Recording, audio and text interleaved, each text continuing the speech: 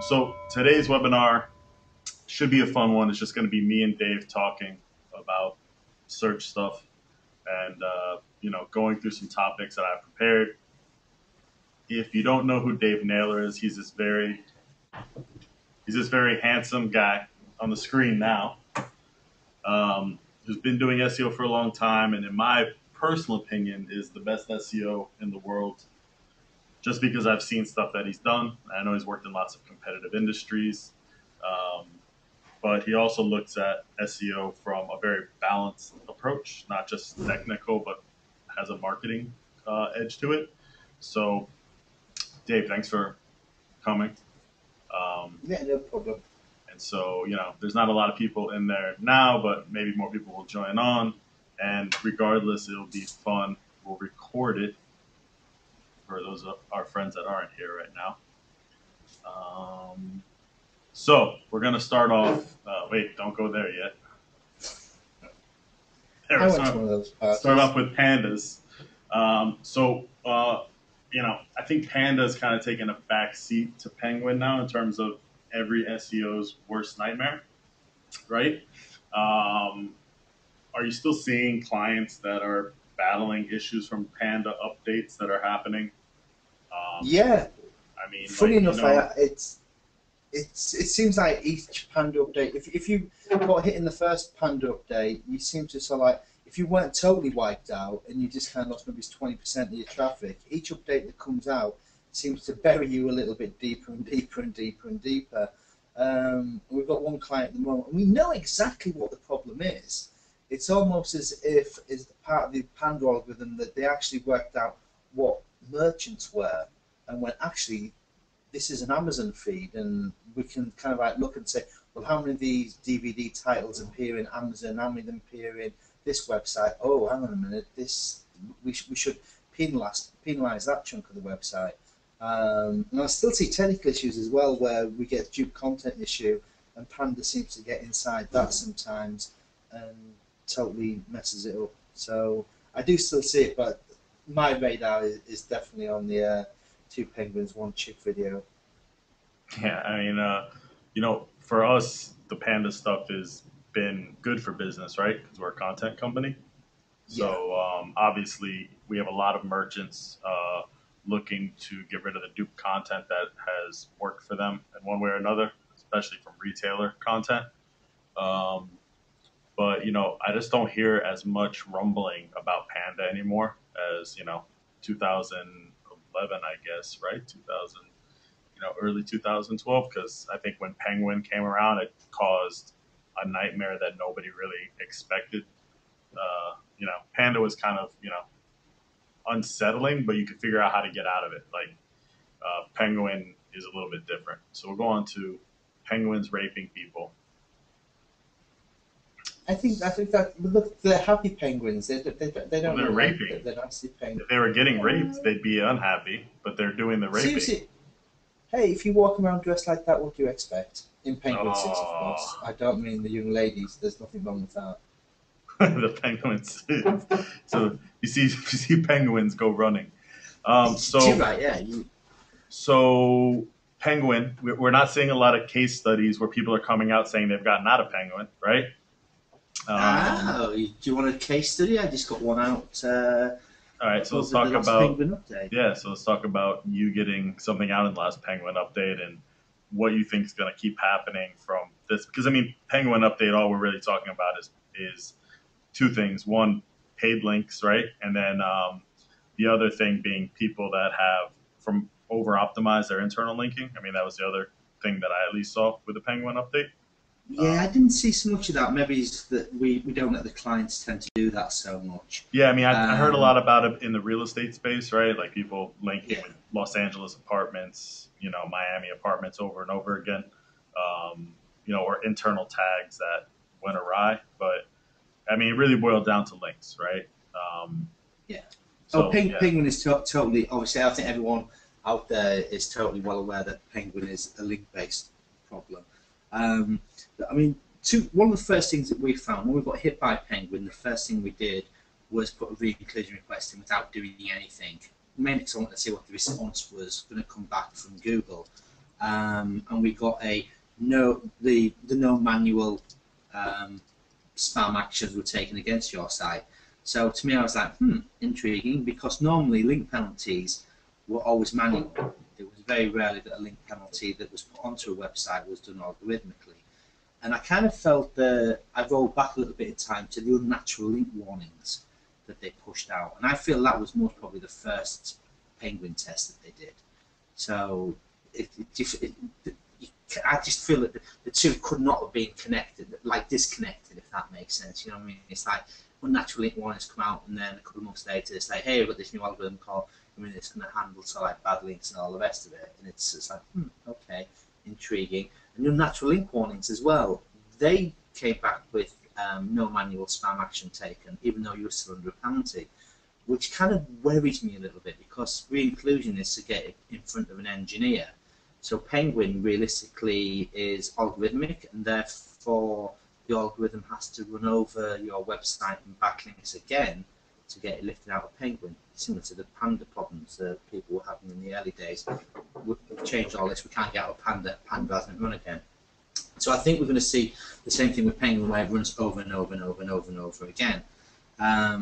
What we had to do with the site that we had the problems with, and we did have some sticky issues with like old directories and stuff that was around from like 2001. I mean, that stuff was biting us, you know what I mean? So we had to work really hard in like the whole removal system of how do we get this stuff knocked out. Internal pages wasn't so bad, we could for those and then move content to different places. Anything that was purchased or bartered or guest logged and stuff like this, we just had all that no follow. I didn't bother with the removal side of it. I just said, you know what, it's like the stuff that we get traffic from, no follow. The stuff that we're not getting traffic from, if we can get it deleted quickly, just do it. If not, just ask them to no follow it. And I felt that people were much more happy to no follow a link than it was to actually remove the link totally. They felt there was something untoward going on. So the no follow system kind of like worked quite well for us. We had a few sticky links that we had to then basically enlist the help of Google, unfortunately, or fortunately for our case, to get those kind of like discounted. Hopefully that something like that would be made public to everybody. Would be nice. But it's, you know, it's something that I'm sure that they will do it. There's plenty of rumours out there on the web that there's something there and it will come eventually. So once we got those ones basically delisted, then that was it. It was good to go. But it was literally, we had to remove everything that was in the profile that had been flagged as a non-welcoming link to actually get it released. And when you look at what Google thinks is an unwelcoming link and what we felt was an unwelcoming link, that it was totally different. I always class scrapers and stuff like that as being, hey, that won't have any effect on my website. I was wrong. There was some of those were keeping us back in the Penguin updates, so we have to get those removed. Those are the hardest ones because there's nobody out there that so I mean, you know. so and then it's interesting with you know, Joe is listening to this too. So then the reality is that negative SEO is definitely a possibility in post Penguin world, right?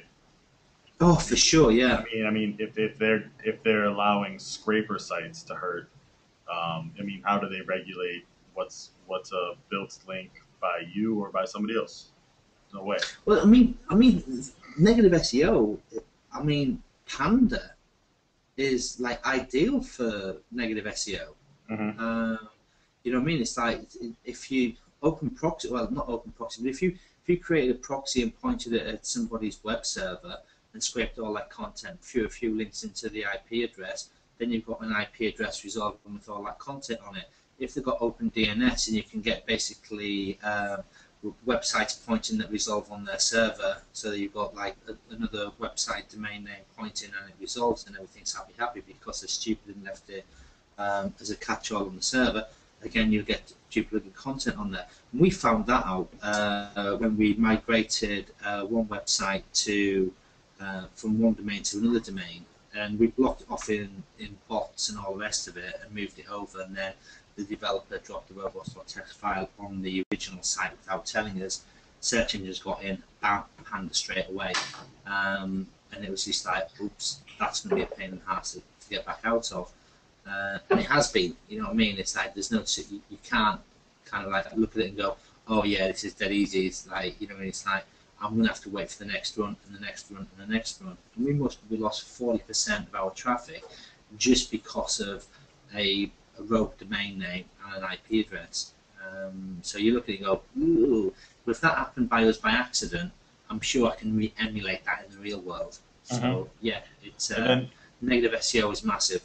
One question Joe brought up that's a good, like, so in your case study and the one that you guys got back from Penguin, what percentage of the overall links ended up getting removed before you were able to pop it back in? We had to take out around about, well, they had 150,000, we left them with 8,000. You said 8 and kind of laughed because he thought you meant 8 links. No, 8,000 is still that's a small percentage, right? I mean, well, they had 100. We moved 142,000 backlinks out of 150,000. Yeah, I mean, a lot of those. I mean, I'm guessing you had some site-wide stuff in there and things like this. Yeah. Yeah. Yeah. I mean, so, and then, you know, I mean, what is your team doing for link building right now? I mean, obviously, you don't need to tell us everything, but I mean, it has to have changed everything from what you guys are doing, right? Well, crazily enough, I don't mind saying exactly what we're doing at the moment. About 18 months ago, I started searching for a PR company. I found 10 Yetis. We sat down, we spoke, and we integrated them totally into our link building budget. And it was like, that's it. It's like the link building budget that we used to have for clients, whether it was for like getting content and getting that put onto websites or creating infographics and getting those pushed socially and stuff like that. It was like, right, that can go to 10 Yetis, and we'll stand back from it for a little while, see how that works, and then we'll kind of like sit down with them and say, look, this is where we feel that we can enhance it from the SEO point of view, because they do good media stuff. We get on like the BBC, we get into the Telegraph, the Sun. We identify which magazines online that we'd like to appear in, and they use their content to try and find out if, their contacts to find out what they're coming up with next over the next 6 months, and then we come up with a content strategy for that magazine and another magazine. So we're just after authority. No quantity. Our linking policy at the moment is no anchor text, so it's brand and domain links only, and we're having success with it. It's slow and it feels really, really painful. And I won't say that there's been times where I've sat in a dark corner by myself and thought, is this really the right way that I should be going? Especially when you look at some of the stuff in the UK where it's like, it is just totally bought links holding it up, and you think, well, really, how the hell is that still working? You know what I mean? It's like everything that Google's saying is this won't work, and it does. And we look at stuff where it's like, it's all hacked websites. It's like, well, that shouldn't be working either. I mean, payday in the US. You know what I mean? Payday in the US right now is same in the UK. Shit. I mean, it's terrible. The stuff that is working in Payday should not, based on everything that Google said, should not be working in Payday. So it was all like, you know, it's all conduit spam. It was all, you know, it's all nonsense. But I mean, it's not going to last. I mean, you can't approach a big company as an SEO, or really, even if you're an affiliate, right? I mean, you could burn some. I mean, you can make some cash quick that way, but it's not a way to build a business, right? Yeah, I mean, to me, well, some of the guys I know were making like between 17 and 15,000 a day in the UK. But who is the legitimate payday loan guys in the US? I mean, do you have any? Are they? You know what I mean? It's like in the UK, I can only think of one. Maybe yeah, I mean, you have direct lenders. I mean, like, so what you have Wonga in the UK, right? Correct. Yeah. Yeah, I mean, but you have those kind of guys like in the U.S. I mean, so in the U.S., I mean, in any payday spot, I mean, you have your direct lenders, but then you also have a second tier of guys that were doing quasi-branded stuff. I mean, the Yeah. ones that are ruling the space right now are just pure spammers, and it's all hacking, right? Well, well, Um, in the UK it's the same. I mean, the problem that we have in the UK is that if you ask the people on the street, one will be the first person, and then there's not many other brands after that. right. If you said, where can you get a mortgage from? Where can you get a bank loan? Well, a bank loan is a bit in the name there. Is it? Where can you get a long term loan from? And in the UK, so, you know, if someone said, where can you get a mortgage from? It's like, oh, I've got loads of places. Santander, NatWest, Norwich Junior in Black. You know what I mean? It's like Barclays Bank, and the list goes on and on and on and on and on. And that's your So, brand. are we in an So SEO apocalypse right now? Like, so if we're talking about links, you know, link building has to change. I agree with you. I mean, we're obviously building CopyPress to be more of that PR side of things, right? yeah, We're going through all the way content. I don't even care about, like you were talking about another update happening. I wouldn't know because I don't do SEO that much anymore, right? yeah, Why? Because we're building a content business around that, and I hope you're right. Like the PR side grows more, and it's funny. Like I was just talking to somebody on Twitter, and the guy's like, it's one of these young SEOs, and he's like, well, if you're able to find out from your writer profile who your clients are, you're doing it wrong. I'm like, why? It's like, well, because you can figure out there's a there's a pattern there. I'm like, no, it's yeah, stop thinking about SEO. If you're a writer, yeah, there's going to be a pattern, but you're not tricking the system. You're not buying links. Only if you're buying is there a problem, right?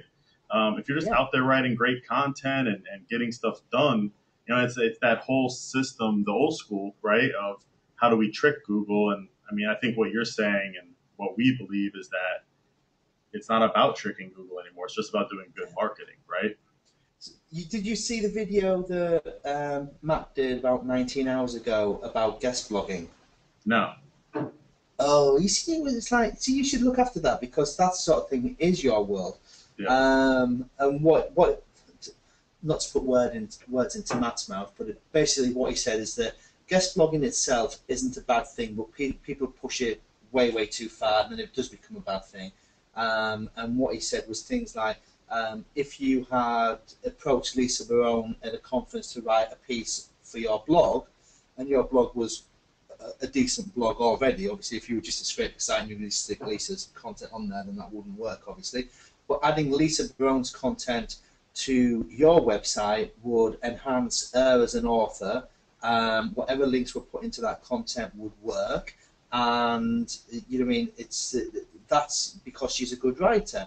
And the same with if someone like Danny Sullivan, if he wrote a piece for you, the problem is that what people have been doing is like, give me 350 words, 2 links, spin it out, push it out, there you go, I'm guest blogging.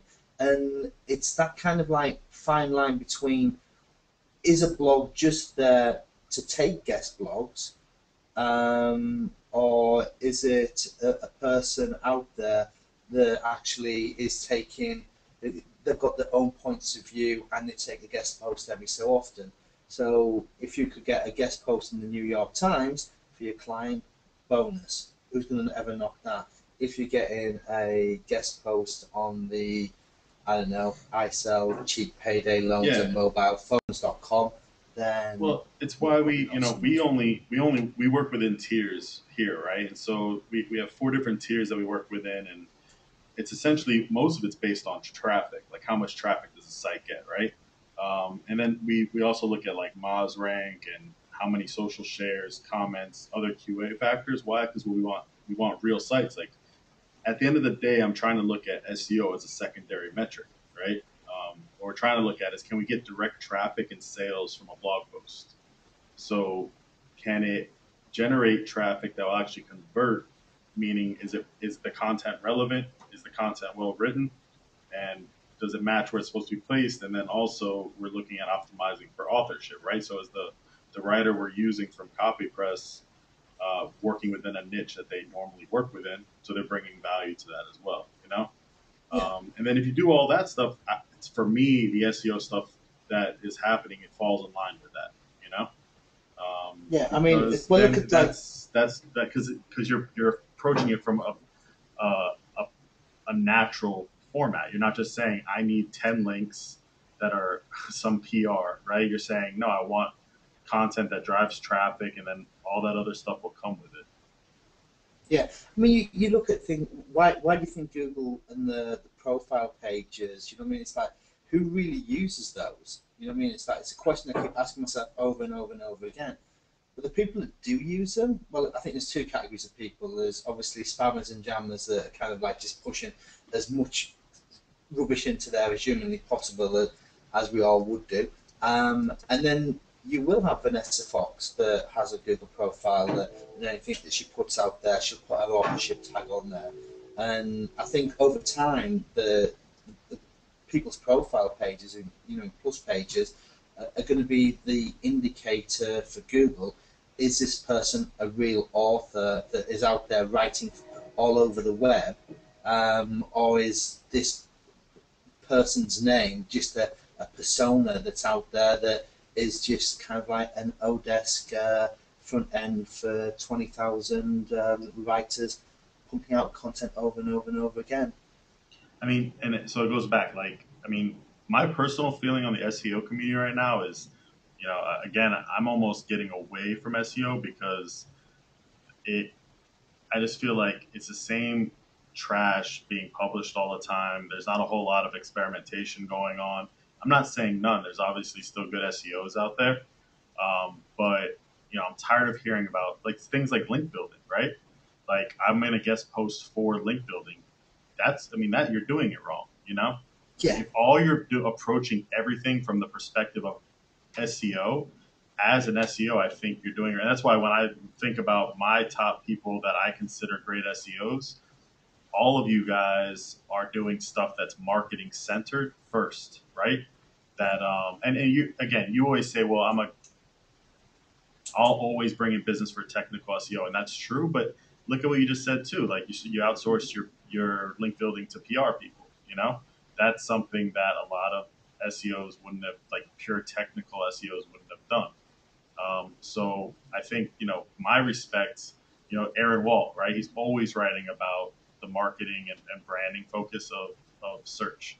And so I feel like SEO in itself is a dying kind of art form because the new people that are coming in the space are, you know, to put it blunt, fucking retarded. You know what I mean? Like but we've always. But I mean, it's like I've been doing this for so many years, and the new people that come in are always even like when I was a new person, I was retarded. You know what I mean? I made money being retarded, but I was one of the new guys. I think it's a different. I think it's. You were probably like me. Like I tried stuff and failed. You know what I mean?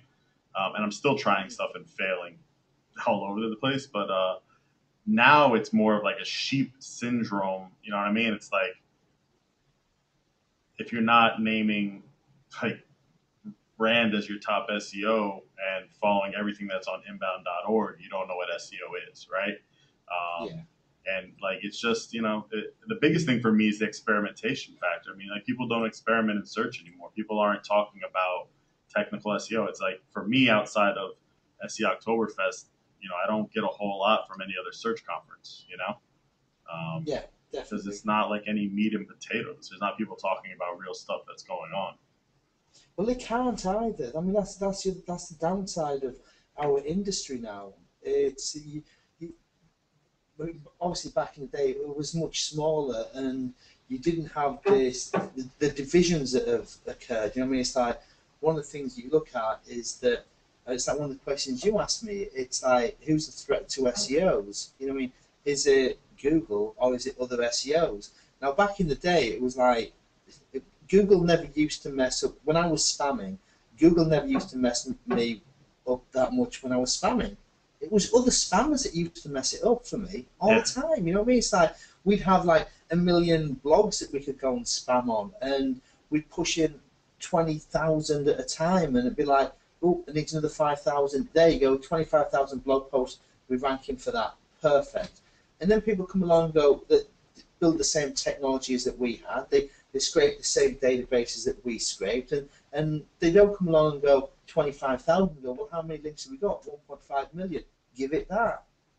And all of a sudden, you know what I mean? It's like 6 months later, you've got what should have been enough stock of blogs that you could have used and abused for the next 5 years are gone because someone went, give it 1.5 million, 1.5 million, 1.5 million. It's like, dude, you're trashing it. You are absolutely taking something that was solid in the black hat world and you're wasting it. You know what I mean? And then obviously move forward 5 years and that spammers and hackers started to talk, and that wasn't good news for the sort of like the black hat industry either. And that's where we move again another 5 years on, and now you're at the world where it's like, if you're doing black hat, you are right on the edge of breaking the real laws. Never mind Google's laws. Yeah, you know what I mean? yeah. It's like, No, I mean, and that's the difference, right? I mean, breaking webmaster guidelines, it's pretty hard. I mean, a lot of them are nebulous, right?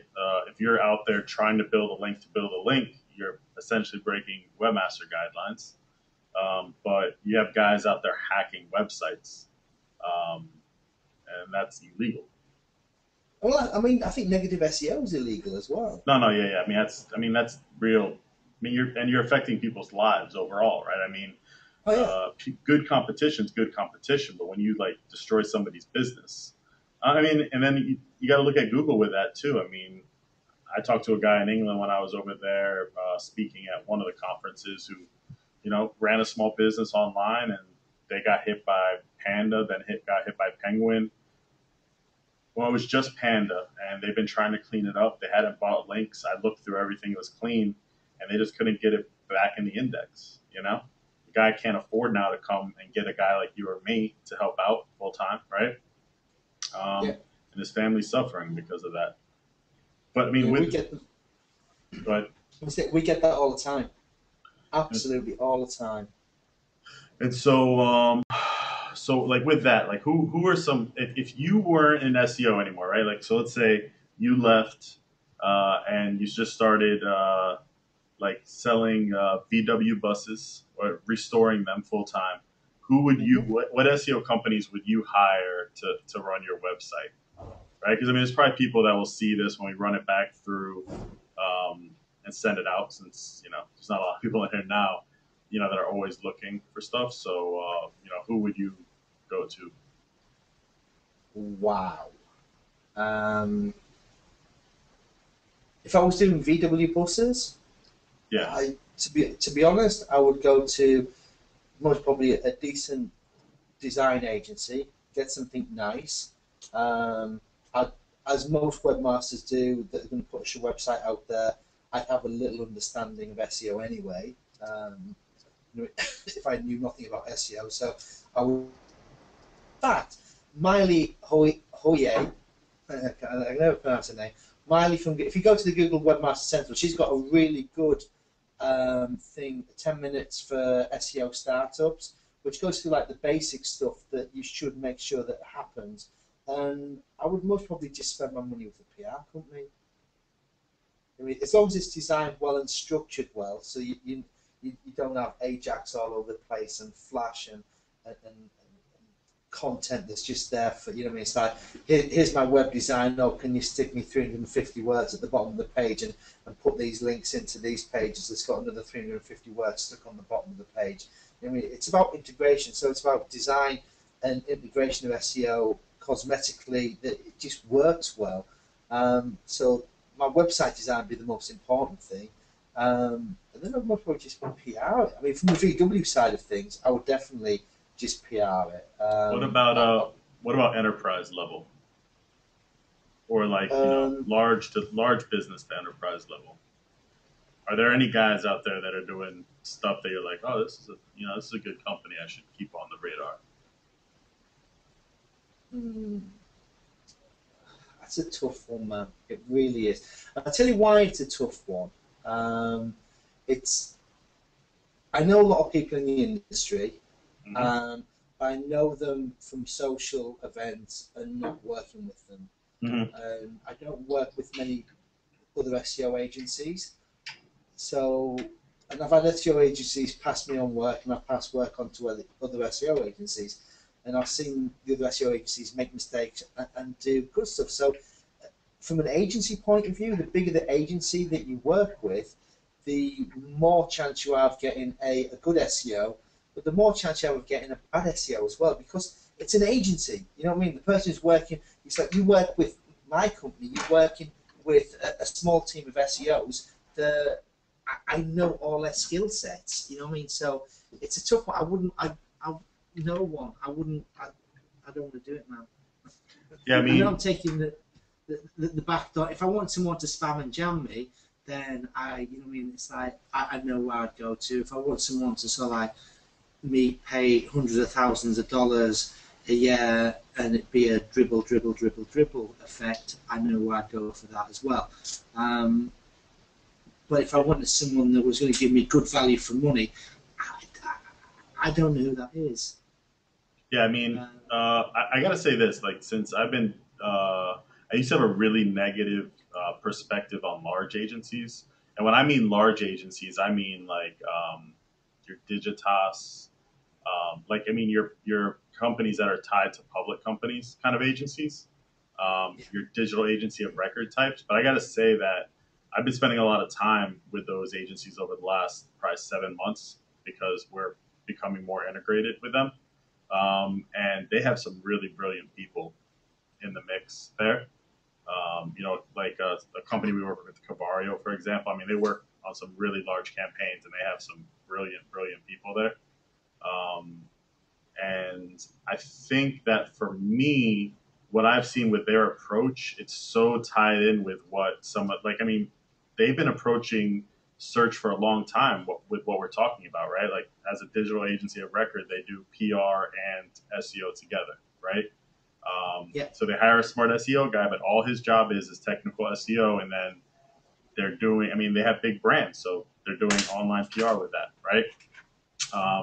And that, to me, if I was a big company, I'd feel so much safer with my marketing dollars there, because they're not, you know, a mid-size, what I would call a mid-size SEO company that's trying to do whatever it can to bring on the next big company, you know?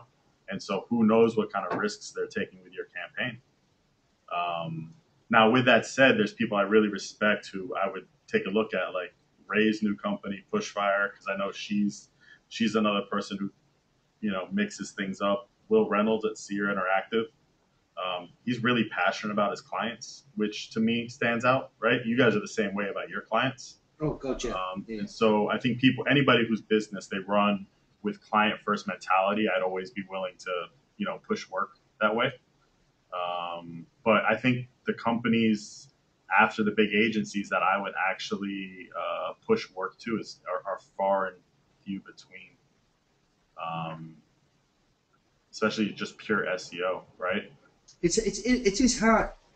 It is hard because you how do you evaluate a company unless you've worked in that company, or you've taken a client away from that company, and you've seen. You know, I mean, you look at the work and go, well, I mean, actually, that was good work. Yeah, you know what I mean? That's what's interesting about what I've done through my career, because I've had the opportunity to work with a lot of companies, right? I mean, I see what you guys do, for example. So I've seen that. I've seen what Ray's done before, and you know, again, that's kind of what helps me. And I've cleaned up after people, right? I mean, we both have. And so you see that side of it, but yeah, I would agree with you. It's few and far between. But what about tools? Like, what do you guys? I know you guys use search metrics, or at least when I was there, because you're a big tool guy. You guys create tools. You guys are really technically advanced from an SEO side. So we build a lot in house. We use so many, and I'm going to go out on record and say most of the tools that we use that you have to pay for, we don't. Right. Okay, so so when I say that, I'm not kind of like being like smart, arty, or clever. It's that if you see us writing about tools and stuff like that, it's because people have given us accounts to use. And if the tools that I use daily, I will use search metrics and Systrix. I know we have some other account with tools that do similar sort of things, but those two I always feel that give me a good indication. Systrix, especially for if websites have had page rank drops, they record all the historical page rank, so that's a bonus.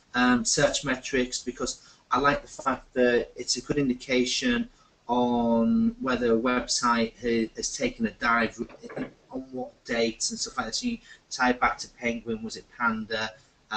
Is it a site you really want to work with in the future? Is it a site that you own and you should dump now? So those two. I love Semper's tool set. I love Majestic, not because of the interface. I hate that. Yep.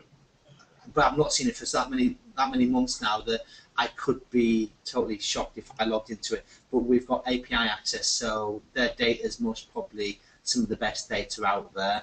And I also use Ahrefs. I think that's kind of like, I know it's one of the ones that's frowned upon with the Majestic guys, but it's another good spin, and it's quick and it's fast and effective. So between the two of those, that tends to give me a good profile. I still love Xenu. Don't know why. It's just something that I kind of feel that I've always used. A lot of people go on about Screaming Frog. We have it. A couple of the in-house guys use it. I still use advanced web ranking, even though we have our own ranking tools for positioning, so like for Geo and US and UK and all the rest of it. But I like web ranking tools, so I just go on a VPN and I can say, right, here's a new client, stick into web ranking and do a full long range over the next month, and they'll give me every keyword under the sun where they rank for. Then I can just bring out the short tail and the important keyword phrases and rank those on a daily basis. What other tools do we use? Scrapebox, of all things. I don't know why we use it. We just kind of do. If you don't, we have some very creative ways of using it. Believe it or not. Yeah, I mean, and with the way you're laying it out is kind of like, I think what our vision for what we're trying to do at CopyPress is a world kind of driven by APIs, right? Where you give, rather than licensing out software to a client, you can license out just the API and help them. You know, I mean, there's enough front end technology out there that's plug and play where they can just build their own UI, UX, right? And plug in the API and create their own tool set from that. And I think that's where for us, it's like, you know what, we toyed around with, let's build tools from the content side that people can actually license and use. And now it's definitely, because Kyle's a genius, we're going to go more towards the API format where it's like, you know, let's just really create cool data and cool workflow solutions that are easily put into an API, and then we can license that out and then help them build their own internal tools if needed. Yeah, makes right? sense. I mean, I think for me, it's like, because, you know, the other thing is when you got guys logging in and out of like 18 tool sets, right? I mean, you're losing time. It's annoying to do. And, you know, me personally, I'd rather just spend some money and unify everything for an internal staff if we were, you know, if I was running an in-house agency again. So. Yeah, I mean that's. I mean, you've seen our move system, and you know, I mean, you've seen our visibility tools and all of that. I mean, you've seen most of our stuff anyway. Yep. And that's why we did that. You know what I mean? It's like, but yeah, it's from the tools. The opposite side of it, though, is that I always find that there's so many little tools out there that do specific little jobs, and even though it's a massive tool sets, like Majestic, I only really use them for the API. I just want the data. I mean, everything else that comes with Majestic is like, whatever. That's what I want. I want the backlink data.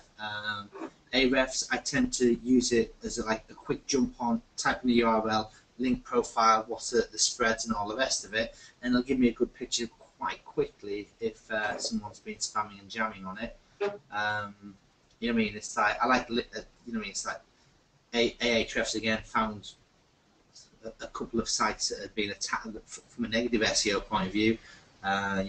Finding things like sexy women links and stuff like that into a corporate website. Hookers and beer. I just saw a picture that came up. Yeah. So if you had £1,000, yeah, not hookers and beer.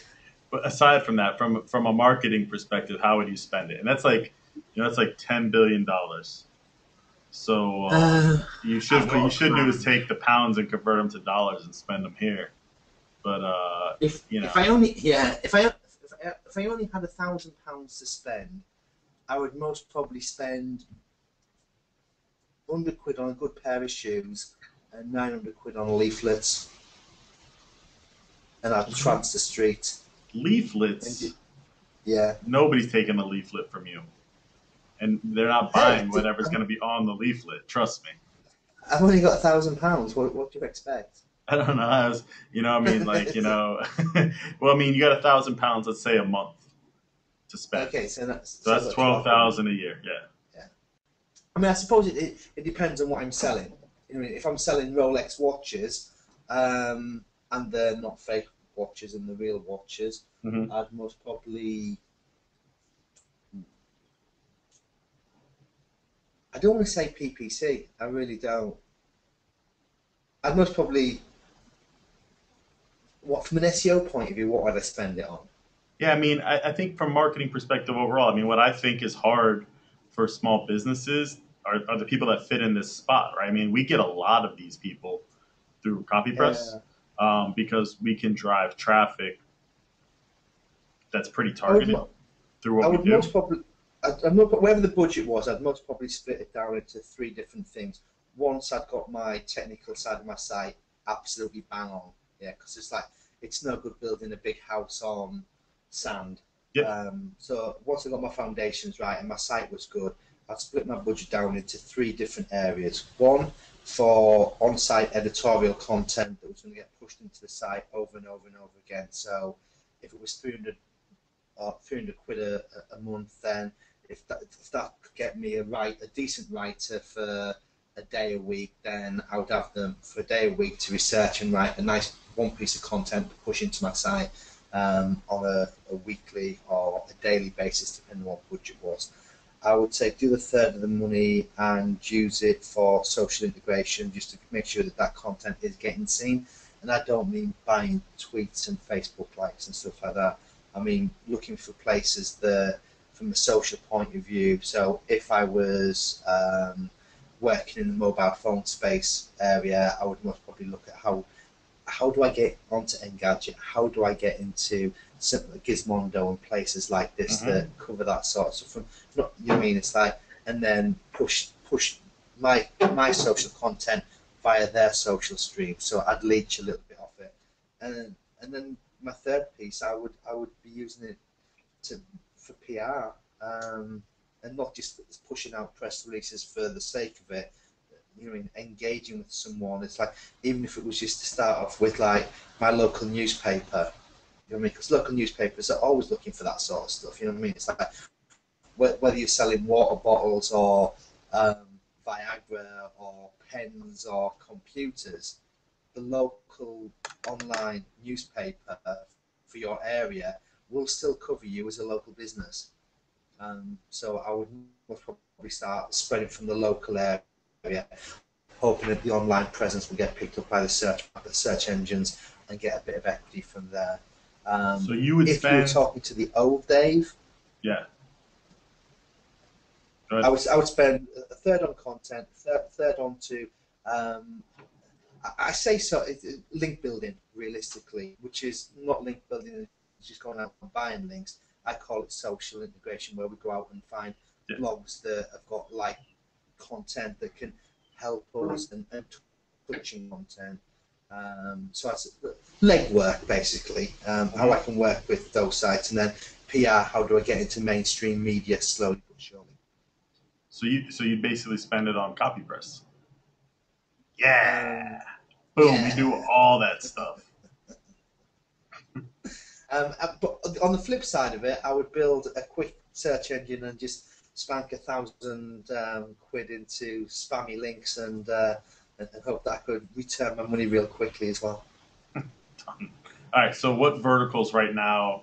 Do you see any verticals that are open for somebody to take advantage of? I mean, Payday. payday. Yeah. I mean, yeah. So, are there areas like that that are obviously like, a lot more open from spammy side? I mean, I think payday is an obvious one because, what's interesting to me is that gaming hasn't changed much through all this, right? Yeah, I don't think they've. To be honest with you, I don't think they've. I've seen a couple of sites moving around, but there's not been the big shift that everyone expected that we saw in the financial sectors. But it'll come. It's like when Google talk about 2.5% of UK-speaking queries will be affected by this update. What they're saying is that we're working in an industry that's got 2.4% of all the search queries. Mm. It's the only way they can say. It's the only way they can know that. They don't take like 2% of all the queries that are out there will be affected. It's like this is the vertical we're working in, and I think they've hit travel a couple of times. They've certainly hit affiliate areas quite heavily. They hit the gadget arena quite heavily. They hit the mobile phone industries quite heavily. But yeah, gaming seems to sort of like keep on walking through it over and over and over again, and it'll come. It has to. You know what I mean? It's like it'll be painful when it happens, and the cleanup will start. But it's just not on their radar. Whether it's political or whether it's financial, I don't know. I mean, I think the hard part to me, it goes back to the situation. Yeah, I mean, the hard part there is that the big brands, the ones that are going to stick around no matter what, are filthy dirty as well. Right? I mean, well, that's gaming. I mean, that's the hard part. I mean, how the hell do you start doling out penalties there? Because you have major brands spending major dollars on PPC, who are just as dirty as any affiliate is. Yeah. So I think, Yeah, it's certainly an industry that and itself was probably looked at and went, fuck no way, man. We can't. What's interesting too, what really is interesting is they self-regulate as well because so many of the companies are public. They got to keep an eye on what their affiliates are doing, and they spend a lot of money on affiliate management. So it's not like I don't. That's maybe why we don't see as much hacking and crap as in other spaces, right? I mean, I think it happens. Yeah. I've definitely heard about negative SEO that from conferences I go to, but I mean, I definitely think as an industry, there's a lot more that's happening that's above board. I mean, gambling in the U.S., I guess people think about it as being offshore gambling, but when you're talking about European gambling, I mean, it's all publicly traded companies, right? Who are heavily regulated, and there's a pretty watchful eye on them in terms of what they're doing. For sure, you know what I mean. It's like I think like you asked earlier, what industries at the moment are sort of like prevalent. You know what I mean. It's like software downloads is still kind of like a bit wild west. Google Images of all places is where you get most malware infections from. So if you're into the malware stuff, then Images is awesome. Obviously, porn's still kind of like still out there for malware, not for selling porn. Primarily. Bizarre, isn't it? You know, it's like at one time you could make money in porn, and now it's kind of the big stuff is all coming out of the malware and porn stuff, and obviously traffic seeding. Yeah, it's the unregulated stuff that is, I get all the semi-illegal stuff that is the hardest thing to clamp down on, or the stuff where there isn't any real brand. You know what I mean? It's I think that when was it Schmidt said it? Maybe it's like 2010 that brands will be the answer to cleaning up the cesspool that the internet is. Well, there isn't a brand in every industry. You know what I mean? If someone said name a computer, that's easy. Hewlett Packard, IBM, Lenovo, you know what I mean? Acer. It goes on and on and on. Name a TV, the same. Panasonic, Sony, you know what I mean? Banks, yeah. You can name a lot of banks. It's like if you said name a coffee cup manufacturer, I don't know. I know where I can buy coffee from, but I don't know a coffee cup manufacturer, so therefore there's no real brand. Shoes, I think, that is another classic one where brand is starting to play a big difference. I mean, look at Zappos, and then you'll get Uggs coming in there and stuff like that, where it's specific brands. Sportswear, again, you've got a lot of brands in there. And I think these are the areas that Google are tackling first, because there's a good quality brand signal. Where there's no brand signal, it makes it a hell of a lot harder. And so, in talking about signals, like obviously, Penguin is the beginning of a diminishment in the link signal, right?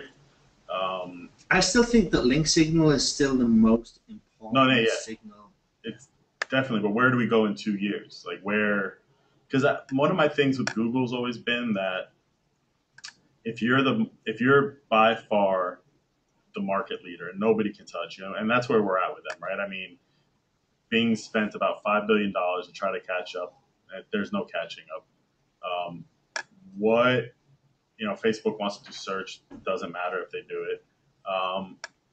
Why would you change the core of your algorithm, right? Like if you're Coke did it, right? Like don't do new Coke. Like a new formula doesn't help. You need to stay ahead of spam, but I mean, there's a way to do that. I mean, we all know there's a way to control. We can all, like you and me can look at a backlink portfolio and see what the spam is, right? Yeah.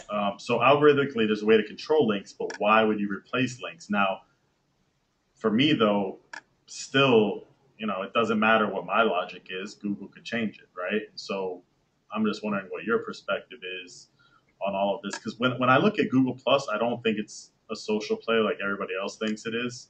No. Because they already had YouTube. They already had their social play. Google Plus for me is a way to validate links through authorship, right? Because you look at the people they targeted, early adopters, people are putting their authorship in. It's a way to tie in, get more people to stay logged in, right? Yeah. Same thing as their universal terms of service. I don't think they give a shit if people use it like Facebook. It's a way to validate links and validate traffic. So I think all of these signals, link together now, like over the next 2 years. But what's your viewpoint on that? So I had a sit-down chat and a beer with a guy from Facebook and a guy from Google, and when these guys start talking to each other, you realise that Facebook's got a slight one-upmanship on them, because it's like, as the guy from Facebook says, like, what we have is one step ahead of Google at the moment. We have users that give us their date of birth and their names and where they live and what they do and how they move around. And we know that Google's going after that with Android, and even if you forget about Google Plus for 1 second, it's like Google Places taking all the Google data and bringing it into a business platform, so that is your Google Plus page, and if you don't have one of those, you're not going to get into the knowledge center and all the rest of it. I think what we're looking at is somewhere in 2 years' time, when Android is the de facto operating system for mobile phones, that you will have to have a Google Plus account. And now all of a sudden you've got this ability from Google's point of view to say, this is a real Google Plus account, this is a real human, and this is how they move around the web via Chrome and the Chromebooks, and this is the places that they actually go to. And hey, look, he's just filled in a review for some cheap bed store online, but we can see from his browser history that he's never been there, and we can see from his mobile phone that he's never been to the city that store is online, is where their real presence is, because we've got that data as well. That's most probably a fake review. Bin it and don't trust this guy again. You know what I mean? So you look at Facebook and it's like people logged into this hotel, it's 4 squared in and stuff like this. It's like, you don't get that with Google at the moment, but they're pushing it. They're pushing that way. They're trying to find where the real users are and who those real users are. And Google Plus is one of the jigsaw pieces. That's the way I see it. It's not. I don't see Google as being the way that the search engine is at the moment, that it's pushed out to be algorithmically superb. It never has been. It's always been easily manipulated. And you look at the knowledge engine way of things, how they're working, and it's like they want to drive you down the Google path of this is, you search for this, this is the path that we're going to take you down, end of.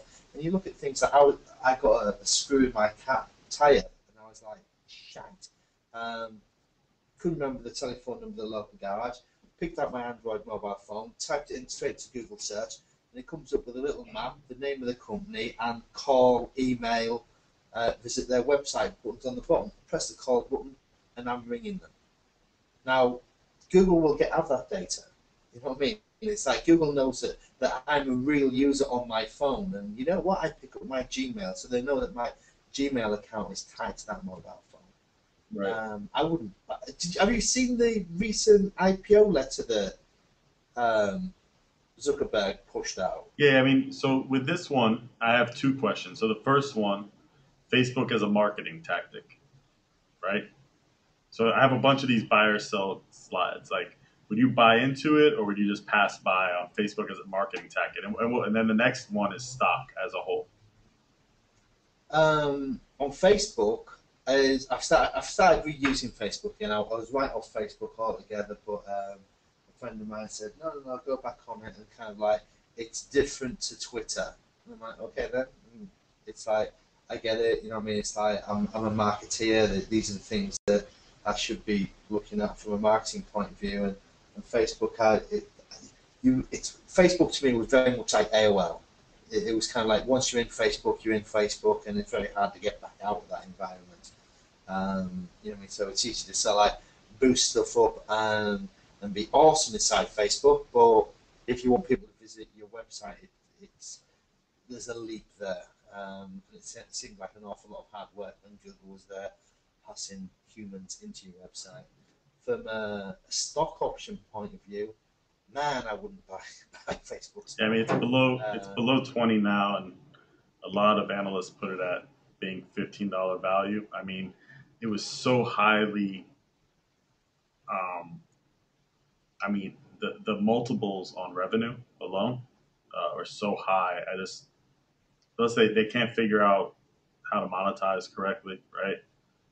Well, it's not. It's not even that. It's like, wait, have you read the on Business Insider the Facebook IPO letter that Zuckerberg put out for the IPO that no one ever read? You know, see, dude, you need to go on the internet more often. So basically, in the IPO letter, he basically said, look, I've got, what was it, 54, 57%. It's like, and I've structured the company like that, so when all the whining investors start moaning about the fact that they're not getting any money, so what? I own 57%. I will not back down. This is my project. It's like, Facebook business isn't there for Facebook. Facebook is there, and the Facebook business side of it is secondary. It's like this is his world. It's what he believes in. And he even said that the profits were diminishing due to the fact that there was a massive move from the web onto mobile platforms, and revenue on mobile was a lot less than it was on the website of it. So you know what I mean? Like, profits were going to keep going down and down and down. If anyone read that, they wouldn't buy into this. You know what I mean? It's like it was a ballsy move. It was kind of like, it was a big, hey, invest if you want. But and he even said in the letter something like, it's like, and if you don't agree with me, it's like, it's my way or the highway. It's like, I'm like, awesome. He laid it out there exactly what he was going to do, and that's what he's done. And I think that it's still overpriced. I think it'll still drop, and will drop and drop. But it makes no difference to him. You know what I mean? It's like, it's not. It doesn't have to be as profitable as Google. You know what I mean? It doesn't have that kind of ethos about it, I guess. So what about so buy or sell on exact match domains? So I saw somebody yesterday on Twitter was like, I've got 200 exact match domains I want to sell now. Like, you know, I know obviously for me, when I look at the exact match update that happened, it was pretty specific. It's exact matches that were spamming, and that was the only reason they were ranking, right?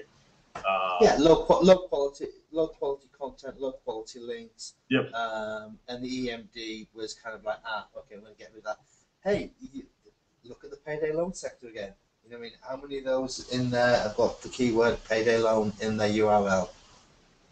Yeah. So it just seems like a good time for me to go and pick some of these up, right? Where everybody's freaking out.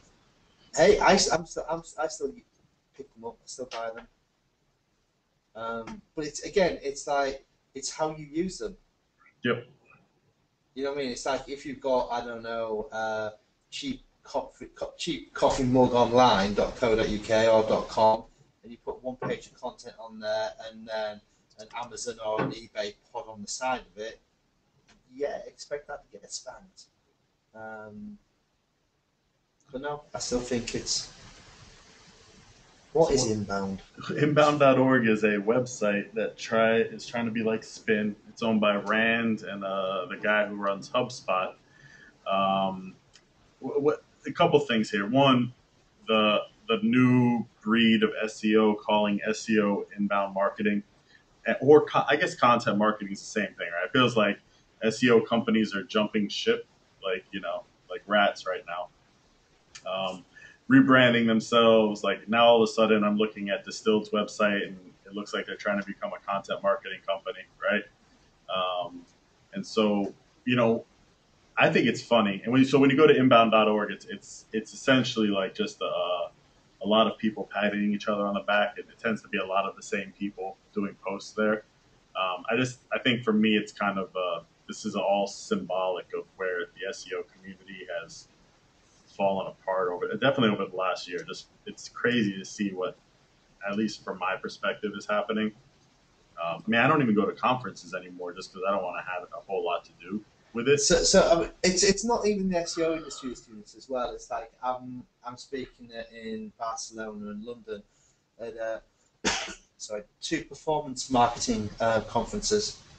In my day, they were called affiliate marketing, but hey, now it's performance marketing. And I'm like, really? It's like, so these guys aren't affiliates anymore? What are they? Performances and performancers? And it's like, it's performance marketeers. It's like, please. It's like, and again, the problem is that they're trying to reinvent something that has been tarnished, I guess. The difference between white hat SEO and black hat SEO is well documented, and SEO is kind of like this bad word. You know what I mean? It's like, It's like, hey, what about negative inbound marketing? You know what I mean? It's like that's massive in the UK. Right. Yeah, we don't get negative SEO, but we get a lot of negative inbound marketing going on. And then, so going back to Google Plus, buy or sell on Google Plus. Do you use it at all? Do you see any value with it?